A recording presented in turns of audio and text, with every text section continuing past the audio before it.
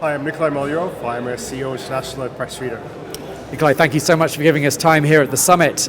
So, first of all, just give us a bit of an overview. You've been on a panel. Tell us about the business and what you were talking about. PressReader is a digital platform that enriches and empowers curious minds. It brings together content from all around the world to people who want to know of everything that's happening around them, including those who are traveling. So this is why we're members of the WTTC and proud to be here at the summit in Kigali.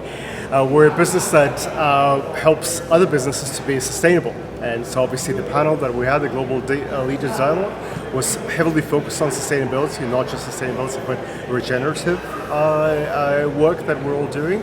And it's exciting to be in the company of like-minded individuals who all kind of have the same objectives, the same goals, and we're happy to be part of it.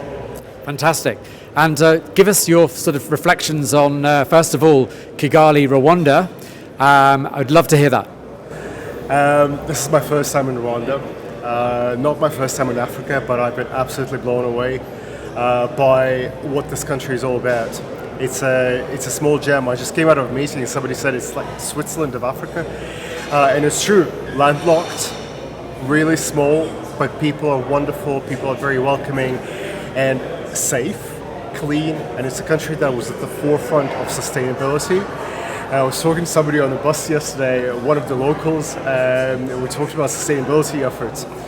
And he said, so what are the sustainability efforts that are taken in your country? I said, well, we just banned plastic bags. I said, sorry, you used plastic bags until now. Like, to him, it was a misnomer that we're still using that, but I digress. It's an exciting time to be in Africa because obviously Africa is emerging as a country, as a continent, not as a country, but as a continent that has so much diversity and has a lot to offer to the world. A continent that has a lot of opportunities for investment and development, for bringing people in to learn more about the cultures, to get in touch with nature, and Rwanda is a fantastic place to do that. And it's great that we're here as leaders in the travel and tourism segment because we can take that message to the world. Rwanda will welcome tourists, there is no doubt. Rwanda will continue to welcome tourists, and the number of tourists who will come into this country will continue to increase. The airlift is going to get here as soon as the aircraft is ready. People are welcoming, and it's going to be a great destination for visitors to come. What are the things that can be down on the ground to make these tourists welcome? Is something to focus on. We at PressReader can help with that. But most importantly, what is the message that Rwanda is sending to the world?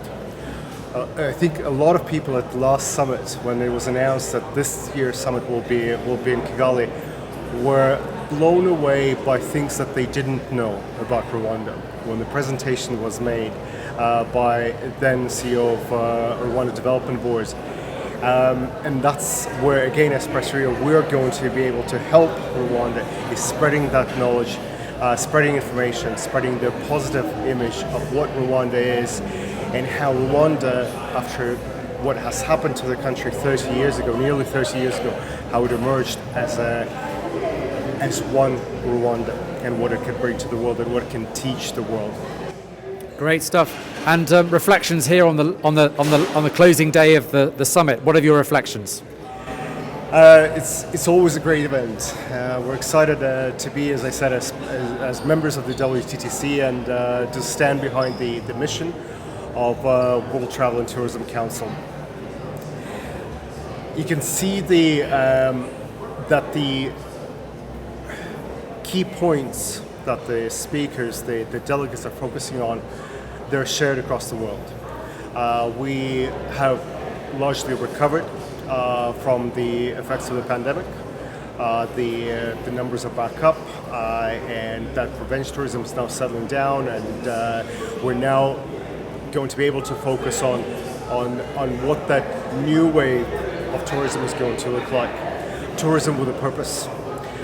Tourism with where we as individuals, we are looking at blended travel, combining business and leisure travel, but we're also looking at ways where we can make a difference, where it's not tourism for the selfie that you're going to post on Instagram, but where you want to go into a destination and learn about the local culture, the local cuisine, where you can embrace the positive impact that the local population is making to a better place, to making the earth a better place.